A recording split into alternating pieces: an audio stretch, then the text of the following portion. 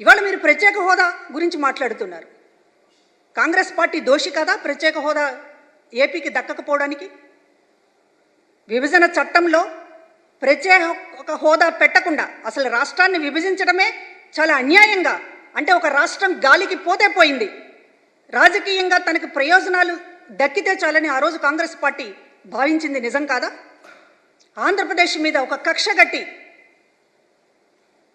కుయుక్తులతోటి కుట్రలతోటి రాష్ట్రాన్ని గాలి కొదిలేసినటువంటి కాంగ్రెస్ పార్టీ విభజన చట్టంలో ప్రత్యేక హోదా పెట్టకుండా ఇప్పుడు హోదా జపాన్కి కాంగ్రెస్ పార్టీ మాట్లాడడం, మీరు దాన్ని నెత్తినెక్కించుకోవడం, రాజకీయాల కోసం అటు జాతీయ పార్టీగా ఉన్నటువంటి కాంగ్రెస్ పార్టీ, ఇక్కడ మీరు కూడా ఇవాళ రాజకీయం కోసం మాట్లాడుతున్నారు. కాంగ్రెస్ పార్టీ రాష్ట్రానికి చాలా అన్యాయం చేసిందని గతంలో మీరు మాట్లాడారు కదా, ఎందుకు యూటర్న్ తీసుకున్నారు? ఇప్పుడు దాని గురించి మీరు మాట్లాడరా? పబ్లిక్లోకి వస్తే ఆ విషయాలు మాట్లాడరు. మీరు ఎన్ని విషయాల మీద యూటర్న్ తీసుకున్నారో దాని గురించి మాట్లాడరు. మీరు ప్రజలకు సంజాయిషి చెప్పాల్సినటువంటి చాలా ఉన్నాయి షర్మిల గారు.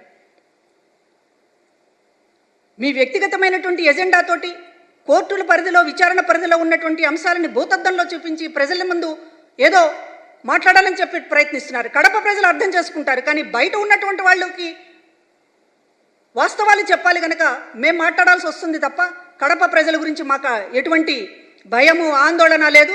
వాళ్ళు ఇట్లాంటి కుట్రల్ని ఎన్నో చూశారు. కాకపోతే స్వయంగా షర్మిల గారు కూడా ఈ కుట్రల్లో భాగం కావడం, పావుగా మారడం అనేటటువంటిది ప్రజలు జాలి పడుతున్నారు. కానీ ప్రజల ముందు పదే పదే మాట్లాడుతున్నారు కనుక కొన్ని విషయాలు మీరు సంజాయిషి చెప్పాల్సినటువంటి విషయాలు ఉన్నాయి.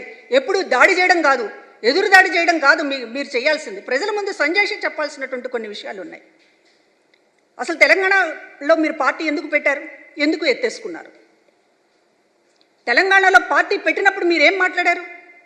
తెలంగాణనే నా గడ్డ అన్నారు. అవసరమైతే ఆంధ్రప్రదేశ్కు వ్యతిరేకంగా కూడా నీటి విషయంలో కొట్లాడతానని అన్నారు. తెలంగాణ ప్రజల కోసం, తెలంగాణ రాష్ట్రం కోసం ఆంధ్రప్రదేశ్ ప్రజలని కూడా పట్టించుకోను, ఆంధ్రప్రదేశ్కి నష్టం జరిగినా సరే తెలంగాణ కోసం ప్రాణమిస్తానని చెప్పి మాట్లాడారు. అక్కడ పార్టీ పెట్టారు, అక్కడ కార్యకర్తల్ని నాయకుల్ని నిండా ముంచారు, ఉన్న పళంగా కాంగ్రెస్ పార్టీలో విలీనం చేశారు. కనీసం కాంగ్రెస్ పార్టీ మిమ్మల్ని చుట్టపు చూపుగానైనా ఎన్నికల ప్రచారంలో పాల్గొనని అడగలేదు. మీ దగ్గరకు వచ్చి ఒక కనీసం మీ సహకారం కోరలేదు. పోనీ ఎన్నికల్లో గెలిచిన తర్వాత మీరు చెప్పుకుంటున్నారు నా వల్ల గెలిచింది, నా వల్ల గెలిచిందని, కనీసం ఒక థ్యాంక్స్ అనేటటువంటి ప్రకటన కూడా కాంగ్రెస్ పార్టీలో లేదు. ఇంత అవమానకరంగా చిన్న చూపుగా వ్యవహరించినా కూడా మీరు కాంగ్రెస్ పార్టీని విలీనం చేశారు. సడన్గా ఆంధ్రప్రదేశ్లోకి ల్యాండ్ అయ్యారు. ఇక్కడ పార్టీ పెట్టారు, ఇక్కడ కాంగ్రెస్ పార్టీకి అధ్యక్షురాలయ్యారు. ఇవాళ తెలుగు ఆంధ్ర గడ్డ గురించి ఈరోజు మాట్లాడుతున్నారు, కడప బిడ్డ అంటూ మాట్లాడుతున్నారు. ఆ రోజు ఎందుకు మీరు ఆంధ్రప్రదేశ్ ప్రజలకు వ్యతిరేకంగా నిలబడాలని ఆ రోజు ఎందుకు అనుకున్నారు? ఈరోజు లేదు లేదు అదంతా తూచి రాజకీయాల్లో ఇంతగా చంద్రబాబుని ఇప్పటిదాకా చూసాం మేము ఊసరవెల్లిగా. ఏ విషయానైనా అని యూటర్న్ తీసుకుంటారు, మోడీ గారిని తిడతాడు, మళ్ళీ మోడీ గారిని చంకనెక్కించుకుంటాడు. ఇవన్నీ కూడా చంద్రబాబుని ఇప్పటిదాకా మాకు తెలిసినటువంటి రాజకీయం, ఊసరవెల్లి రాజకీయం.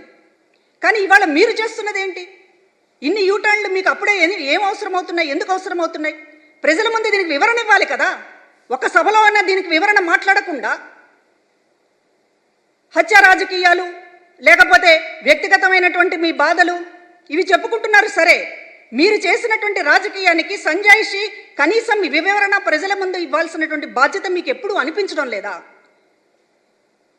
4 మాటలు ఎదురుదాడిగా మాట్లాడేయడం, జగన్ గారి మీద ఉన్నటువంటి కోపము, లేకపోతే రాజకీయంగా ఏమీ దక్కలేదనేటటువంటి బాధ వ్యక్తం చేస్తున్నారు పదే పదే. కానీ మీరు యూటర్న్లు తీసుకోవడం వెనుక ఏంటి రీజన్? కాంగ్రెస్ పార్టీని ఆ రోజు మీరు తిట్టారు, కాంగ్రెస్ పార్టీ రాష్ట్రానికి అన్యాయం చేసిందన్నారు. ఇప్పుడు న్యాయం చేసింది అనేటటువంటిది మీరు ఎందుకు భావించాల్సి వస్తుంది? ప్రత్యేక హోదా ఇవ్వకపోవడానికి కారణం మెయిన్ విలన్ కాంగ్రెస్ పార్టీని అని ఆ రోజు మీరు మాట్లాడారు. కానీ ఇవాళ ప్రత్యేక హోదా రావాలంటే కాంగ్రెసే అని చెప్పి మాట్లాడుతున్నారు. ఈ యూటర్న్లు వెనుక మీ ఉద్దేశం ఏంటి? అసలు మీరు ఏం రాజకీయం చేయదలుచుకున్నారు అనేటటువంటిది ప్రజల ముందు ఒక్కసారైనా సరే వివరణ సంజాయిషి చెప్పండి దయచేసి. అంతే తప్ప ప్రతిసారి రాజకీయమే చేస్తాం. ఇప్పుడేమో అవినాష్ రెడ్డిని హంతకుడు అంటున్నారు.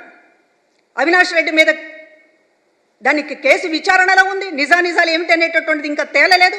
మీరు కొన్ని అభిప్రాయాలను పట్టుకుని ఎవరైతే హంతకులు ఉన్నారో, ఎవరైతే వివేకానంద రెడ్డికి సంబంధించినటువంటి ఆయన ఓడించాలని, ఆయన రాజకీయాల్లో లేకుండా చేయాలని ప్రయత్నించారో వాళ్ళందరితో చేతులు కలుపుతూ ఉన్నారు. మరో పక్కన అవినాష్ రెడ్డిని హంతకుడు అనేటటువంటి ముద్ర వేస్తున్నారు.